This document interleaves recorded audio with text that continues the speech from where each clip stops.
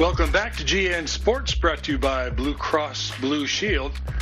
You know, Northern Illinois University's football players aren't exactly wearing diapers around campus, but they are young. They have a bunch of freshman starters. They do have experience at some positions, though. And then there's Greg DeLuca.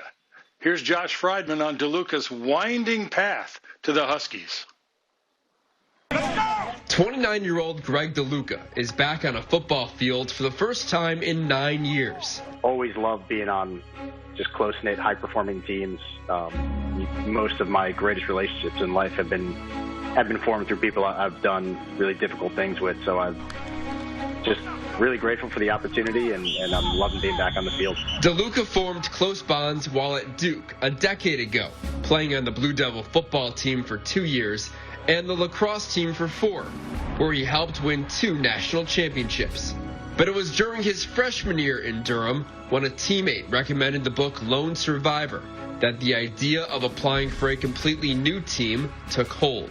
That summer after my freshman year, I read that book, and it kind of a light bulb went off. That idea clicked with me. 4 guys out in the woods in Afghanistan doing something, going through this very difficult training, the close-knit bonds, the brotherhood of it. It checked so many boxes for me. That's what put the idea in my head. After graduation, DeLuca joined the U.S. Navy SEAL Team 10 and Special Reconnaissance Team 2. He was stationed in Virginia Beach and deployed on missions to Africa, Kuwait, and South America. His athletic background prepared him physically and mentally while laying the foundation of skills needed for the elite special ops force. Just as much as anything else, the team atmosphere, forming, just learn how to be a good teammate, really, learning those attributes of selflessness and putting the team before yourself. I think that's huge.